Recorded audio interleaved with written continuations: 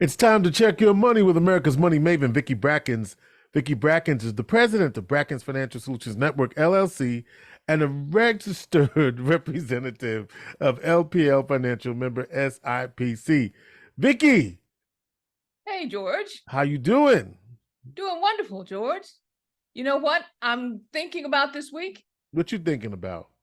I said to everyone last week, tick, tick, tick, tick. Remember? Tick, tick, tick, tick. I remember that. Don't wait. Don't wait as far as reaching out to your loan servicer. Yes. As far as the things that are going on now with the SAVE program and the Public Service Loan Forgiveness Program. That's right. I said, tick, tick, tick, tick. Don't wait about your tickets. Right. Because the tickets go on sale, or actually went on sale. I've already gotten calls about the momentum that's building there at Central New York Jazz Foundation as far as ticket sales. Well, here's my tick, tick, tick, tick for this week, George. Okay. You ready? I'm ready. Here's what I want you to think about. I was stopped by someone a couple of days ago who asked me a question that threw me off for a minute, and then I really started to think about it. And I said, you know what? Sometimes you do good and bad occurs, or sometimes we do things and we get good results and we forget all the things that we learned in the process. Here's what I mean. Give you a little backstory on what they said. Right. So, Vicki, we talked about several months ago on how to improve your credit report. And you gave us some very good instructions on some things to do. Of course, things like paying your bills on time, things about as far as the amount of credit that you're getting. But the one thing you mentioned was the debt servicing ratio.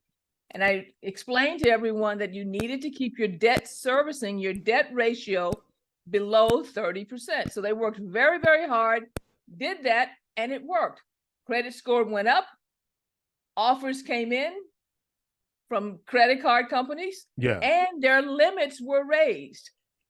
It's kind of like, you know, the time period when you go, I was listening to you and JT last week. And by the way, JT's, that interview was something else. Okay. I want to say that on air. But one of the things you were talking about is the days when you were exercising a lot. Yes, yes. Okay. And you came back all buff and looking cool. I mean, yes. Sharp. Okay. Well, it's like a diet. The same thing as far as your credit is concerned and your servicing ratio and how much debt you accumulate. So what happened with this individual is that once the credit limits were raised and the credit score got better and more offers came in, they started to cheat a little bit. Yeah. Kind of like cheating on that diet. We had a budget. They had a budget. They knew exactly what they were supposed to spend. But then they said, you know, this one time it won't really matter. And so I'm going to put that credit card down and do a little extra just to reward myself. And that one time turned into a couple of times. It turned into a habit. So wait a minute. It's like you on a diet, you go into the bakery and you get a little slice of cheesecake. Right. And then you go back you get another little slice of cheesecake. Cheesecake. Okay.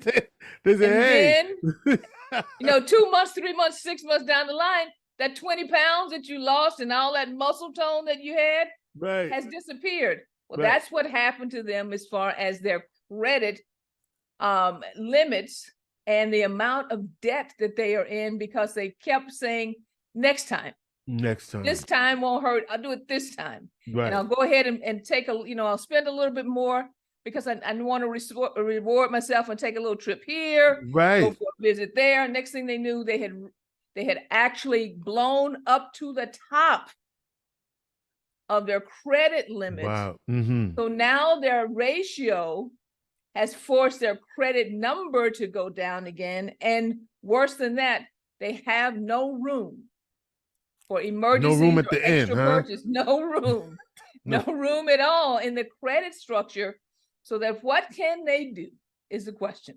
Yeah. What do you do in that situation when there's no, what do you say? There's no room at the end. There's no room at the end, really at the end. There's no room at the end at this point. So what we did is we sat down and did a couple of things. First of all, admitted to what happened. That's important. Right. Nobody caused it to happen other than themselves. Right. Admit what happened. Second thing, examine all of the credit cards that they had. Look at the prevailing interest rates.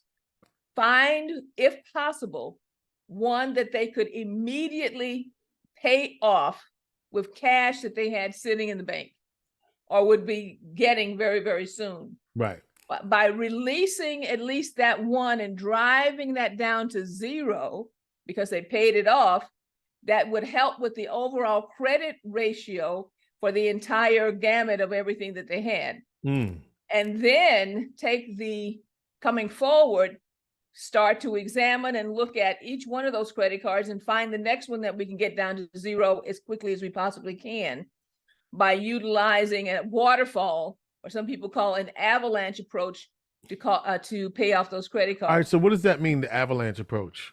Avalanche approach means like we start with the most obvious one first and give us the biggest bang in the buck, which was that I think it was about $1,000, pay that off to zero. That one had a normal amount of spend on it every month. So add that to whatever the minimum or payment structure has to be. So you're doubling up on the next one. Obviously, you have to keep everything else current. So it's like walking down or rolling down a hill. So you're picking up momentum and speed on how you're paying off your credit cards throughout. So you're saying once that payment is made, that and then what you told them to do is take then the minimum that they would have paid on that if it was still being serviced, and add that plus whatever it is they're doing on the other. Okay. Exactly. Okay. So you're picking up speed all the way, okay, as far as paying it off. And realize there's one very important process here that you have to make sure you do. Don't add more debt. Don't add more debt, which means you need to go into cash as far as your payments during this time period until we get things back into the ratio limits that we really know are appropriate for the credit limits that you have and also for the budget all overall. Okay. Oh, and they asked me this question. So should I cancel the card? No. You don't want to cancel the card. You want to stop using the card. You don't want to cancel it because when you cancel it, you remove that available credit from the formula, which means that the credit ratio goes back up as far as because now that credit is not available and it's not in the mix. I got you. Okay. Okay. So don't cancel. Put it away. Don't use, but do not cancel. George.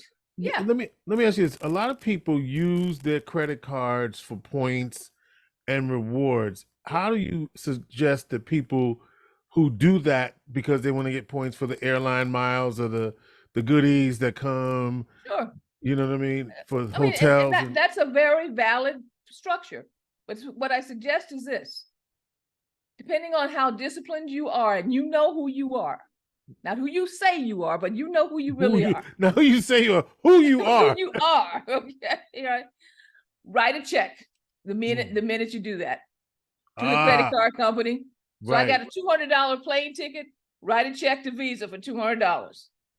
Okay. Sit it right there on your desk. Okay? So you use the reward, but you know you got the backup. You got to pay it right now. You pay it. Okay, pull it out. Okay. Now some people are laughing. Ms. Brackens, checks? Yes, I do. Okay. And I use checks.